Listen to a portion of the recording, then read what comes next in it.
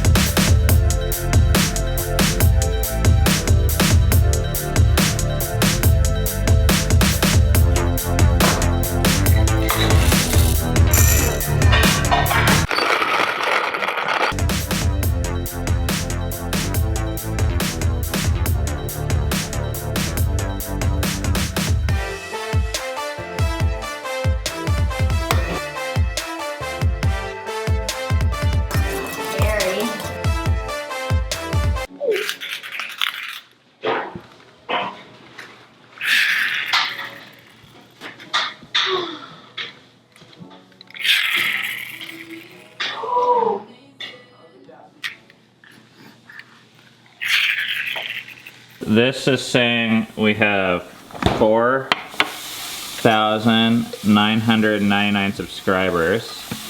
But then when you go to our actual YouTube channel, it says 4,999. But then when you go here, it says we have 5,002 subscribers. Congratulations. Let's eat an omelet. It's exciting. I don't know, I don't think that's very big. But then if I had 5,000 people in front of me, that would be like a lot of people. But in YouTube world, that's not very big. We got Cammy's sister here and Gwen Stefani. And they're discussing what should be done about my eyebrows. We could either braid them or wax them. Or I'll thread them. Thread them. Thread You them? learned how to thread? I'm learning. Cool. That's like I waxing, never but could do with that. What's wrong with this right here? You got a unibrow. What's wrong with that? If you have nice eyebrows, it you open accentuates up- your eyes, Yeah, opens your up your whole face. expression will Yes. be more just Different. Instead of it'll be more drawing you you. in, it will draw it out. Do you think it would get us more subscribers? Absolutely. Think people would watch our videos more? My eyebrows I messed. I look tired. Wait, what? You have tattooed eyebrows? Oh, I didn't know that. Yeah, I had a friend that was doing a class and I was the model. You guys are both in the facial tattoo crowd It's now. very. Now they're making me think. Will it open me up and make me more friendly? It kind of freaks me out a little bit. What? To make something permanent on your face. Oh, well, I'm talking about eyebrows still. She charged like. I like your eyebrows. $400 for each one. That's all I need to hear. That's all I need to hear.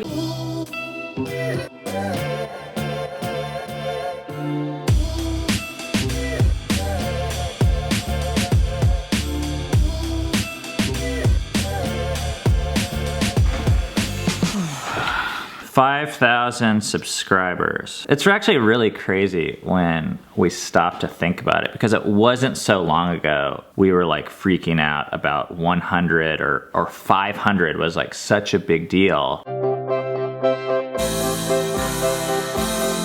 It's hard to remember that each of those subscribers is a person. And a subscription means different things to different people. I mean, if you're anything like me, I'm subscribed to like 100 channels and I don't really see many or all of them. But for some people, a subscription means like, hey, I am really getting a lot from this and I want to get more, and we're on the same page, and it's actually like a connection in a way. It's hard not to see subscribers as legitimizing what you're doing. When I think of 5,000 subscribers and we're growing, I think, oh, we're doing something right. I don't think that's the best litmus test for that. Yeah, it's hard because in a way we do want to celebrate it. It is exciting. There's also something that's like kind of deep down and more fragile that we can't let it affect. We can't let it change how we see ourselves. Or even what the main motivator behind vlogging is for us. Let's say we're down to like 100 subscribers or something. Would we stop vlogging? I'd like to say no, because there's something deeper for why we are doing what we're doing. It'd be really disappointing. There'd be a lot of self-doubt. I think we'd just keep going and just think, well, there's a reason for this, but at the end of the day, we still feel like we should be vlogging. And yeah, I think it's cool to be thankful and appreciate more numbers, but not do it for more numbers. Because I think once we start vlogging to try and get more people, something will switch in my mind. And I know some people can get away with that, but for us, I feel like it's gonna start to change the message and how we think about it. And it's just gonna change our hearts. We've got some comments lately that I found really encouraging. This whole thing is hard. We're trying not to let comments affect us too much, but in the same way, it is great to know or to feel like we're on the right track and that we're not alone. Heather Q, a lot of your comments are really encouraging to us. First of all, because they're funny as hell. Not to mention hilarious. You're a great writer, I think. But also it makes us not feel crazy. You know, every comment you write, it's just like, oh, okay, yeah, it's a different angle on how we've arrived at similar things. And that's helpful for us because we feel crazy. And in response to some money video, you said the guilt and the glorification of poverty and the strings attached giving is a very familiar part of the theology I grew up around. There was an outrage about the wealth of our pastor. He's not really that wealthy, but people got mad when they see him at Chili's. That just makes us feel not as alone. So thank you for your ongoing comments. We got this comment from Cole. I believe Ben has a natural gifting for teaching, and this vlog is a great opportunity to exercise that gift, specifically through talking videos. Your family's ideas are countercultural, and my wife and I love consuming them, adapting as needed, and then putting them into practice at the same time. Cole, I appreciate this. We are not just looking for people that agree with us, but we are looking for people that can be encouraged by us, you know, that can take bits and pieces of our life, not as a direct, like, oh, I need to do this to be a good person, but to really just like inspire them or maybe jar them out of the life they're living. So you taking the time to write this shows me that this is working for what we set out to do. We didn't set off to piss the world off. We set out to find people that maybe didn't feel hope. And this is so cool, so thank you for writing this. Practically prolific. I don't know, she writes kind of a longer comment, but at the end she says this line: just keep turning the camera on and you'll be fine. And I think for me, like that's what I need to hear, because this vlog is hard work. Not just in the number of hours editing sense, like I'm not asking for you to feel sorry for us in some first world problem way, but it's actually hard work every day to get up and to decide to do something when sometimes you feel like it, sometimes you don't, and sometimes you don't actually even know if it's the right thing. Like, are we just doing this to get our ego met, or because we're just prideful, or we're just trying to show people the way to live, or because we're better than them? I'm like, no, that's not it. It's dangerous to even think about those questions. We just need to get up and turn the camera on. I like that line because while vlogging is hard, it can be very simple. And then there's this: these people make no sense to me. They live so different. Seems like they make things so difficult on themselves, like almost hippies.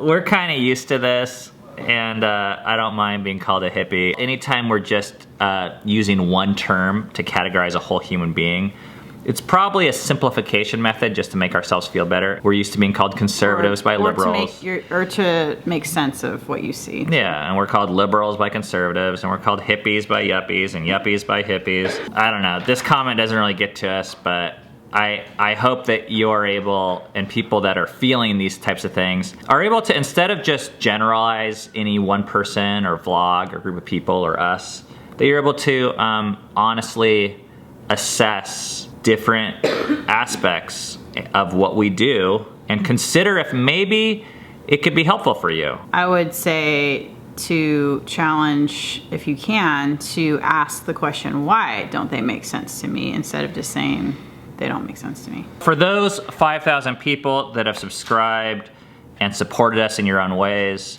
and joined alongside of us, sometimes it's financially, sometimes it's just by clicking like, sometimes it's by commenting, sometimes it's just by running with your family. We are thankful for you guys. It helps us feel confirmation at times that we're doing the right thing, and we still believe it, so we're still gonna be doing it. I hope we keep on going maybe for another 5,000 subscribers. Regardless of how many subscribers we have, we're gonna pour our lives and hearts out and do the best product we can.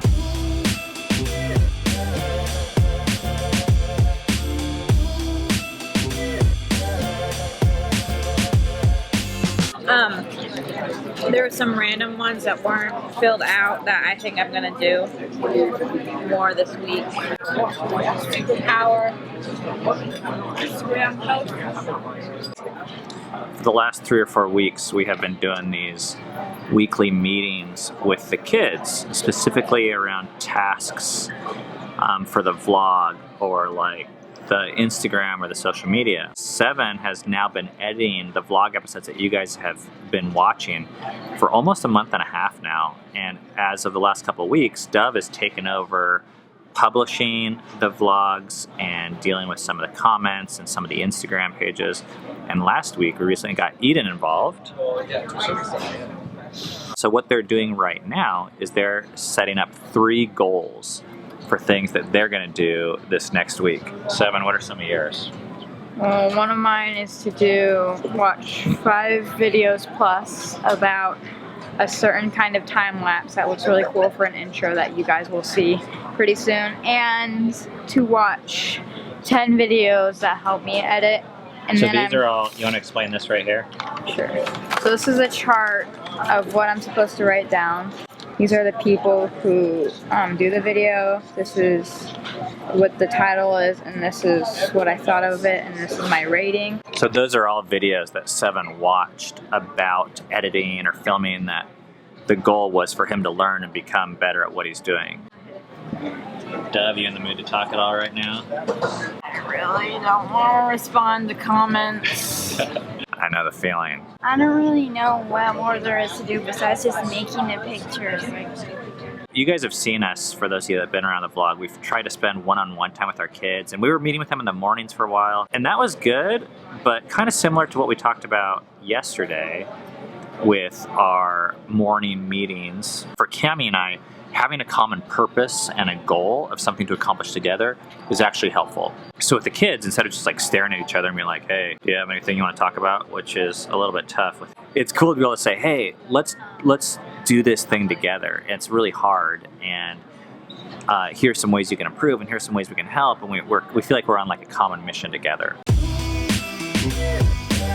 Our eagerness to run right now is pretty low. Below freezing. Cammie gets really excited about this number. You can see it says 27 degrees, but it says feels like 18 degrees. But when we go out and then we come back in, the house, which normally doesn't feel very warm, feels super toasty.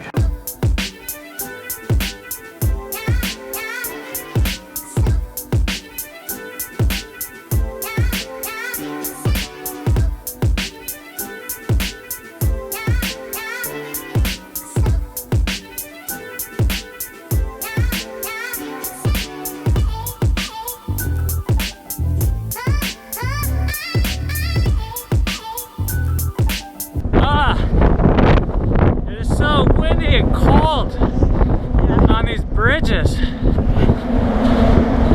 How you feeling? You doing good? We're almost to the park. Here's the park that we always go to. It's really fun. Rock climbing wall. Favorite thing out of all of them is the slide. Simon's gonna go down. Memories going down.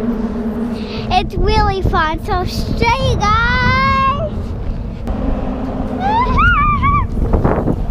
It's really fun. So don't. It's really fun. This is what I'm doing.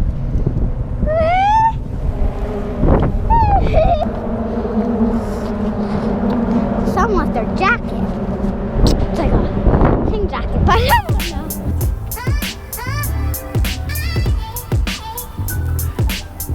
A lot of people see our life. I think they think that we're super extreme, that by running in freezing temperatures, the way they see the world is there's this like normal, calm, easy world, and we're like crazy and like trying to prove some weird point by being just really extreme. That's not how we see the world. We're not just trying to prove a point, but I see the world as being crazy, extreme already. I mean, our normal life is so comfortable and numbing. And I personally believe that being too comfortable and numb is actually really dangerous. So we get pizza delivered to our house. We go to a Chinese buffet where there's hot food of like 40 different kinds that we can go to almost any time of the day. We use a car to get there. We have like climate control that actually controls the temperature of our house. These are things that we just kind of accept as normal. We're more comfortable than any time in human history. So a lot of this running for us and choosing to kind of do things that are difficult where we feel pain, it's actually a desire not just to feel pain, but it's a desire to feel even pleasure, to not just be numb.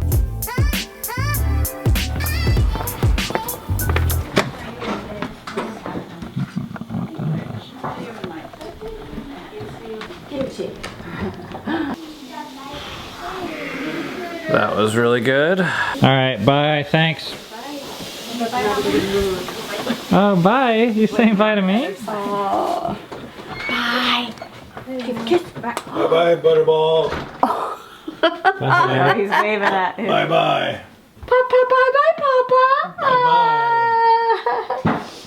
I like it. Oh, so fun.